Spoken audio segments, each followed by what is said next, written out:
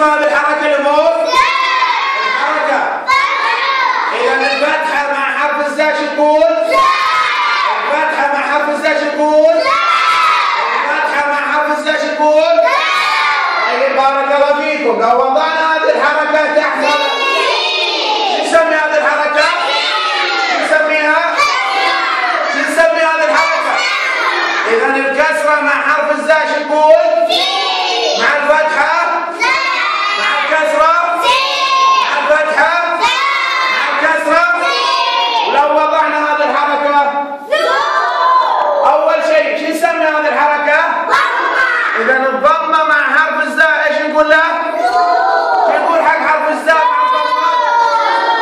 صوت واحد نقول هنا هنا هنا مرة ثانية هنا وهنا هنا وهنا. لو وضعنا هذه الحركة شو اسمها؟ شو اسم هذه الحركة؟ اسم هذه الحركة؟ إذا السكون مع حرف الزاء نقول له؟ نقول له؟ نقول له؟ يلا الآن طالع صبعي وأنا أشر وقول لي اسم الحرف هذا.